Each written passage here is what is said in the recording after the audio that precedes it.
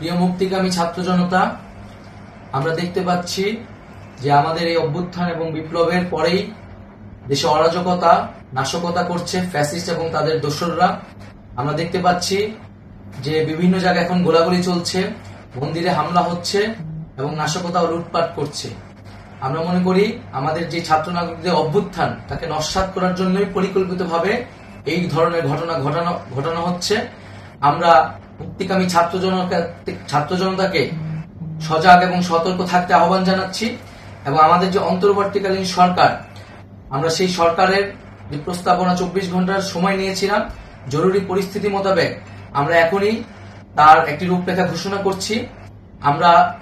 আমরা সিদ্ধান্ত নিয়েছি যে সর্বজন গ্রহণযোগ্য আন্তর্জাতিক খ্যাতিসম্পন্ন নোবেল পুরস্কার বিজয়ী ডক্টর মোহাম্মদ ইউনূসকে প্রধান উপদেষ্টা করে অন্তর্বর্তীকালীন সরকার গঠন করা হবে এবং ডক্টর মোহাম্মদ ইউনূসের সাথেও আমাদের কথা হয়েছে। তিনি ছাত্র জনতার আহ্বানে বাংলাদেশকে রক্ষা করতে এই গুরু দায়িত্ব নিতে সম্মত হয়েছে। আমরা সকালের মধ্যেই আমরা এই সরকার গঠনের প্রক্রিয়া দেখতে চাই। রাষ্ট্রপতির কাছে আহ্বান থাকবে যে দ্রুত সময়ের মধ্যে ডক্টর মোহাম্মদ ইউনূসকে প্রধান উপদেষ্টা করে অন্তর্বর্তীকালীন সরকার গঠন করা হোক এবং এই অন্তর্বর্তীকালীন সরকারের বাকি সদস্যদের নামও আমরা সকালের মধ্যে ঘোষণা করব।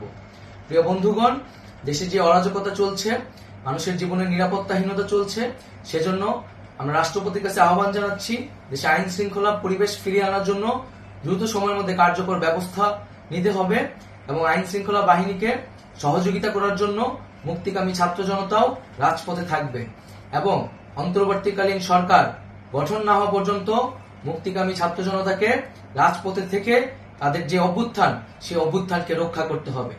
প্রিয় বন্ধুগণ, আমরা রক্ত দিয়েছি, শহীদ হয়েছি। আমাদের যে প্রতিশ্রুতি একটি নতুন বাংলাদেশ গঠন করার জন্য, সেটিকে আমাদের অবশ্যই বাস্তবায়ন করতে হবে এবং অবশ্যই ছাত্র জনতার প্রস্তাবিত সরকার বাদে কোনো ধরনের সরকার কিন্তু মেনে নেওয়া হবে না। আমরা বলেছি কোনো ধরনের সেনাশাসিত সরকার অথবা সেনা সমর্থিত সরকার অথবা এই ফ্যাসিস্টদের দোসরদের কোনো বিটিম সরকার কিন্তু আমরা মেনে নিব না। কোনো গণবিরোধী সরকারকে মেনে নেওয়া হবে না। ছাত্র জনতার অভ্যুত্থানকারী যে প্রস্তাবিত সরকার, অন্তর্বর্তীকালীন সরকার, যেটা আমরা সিদ্ধান্ত উপনীত হয়েছি ডক্টর মোহাম্মদ ইউনূসকে প্রধান উপদেষ্টা করে এই সরকার গঠন করা হবে, সেই সরকারকেই বাস্তবায়ন করতে হবে অবিলম্বে।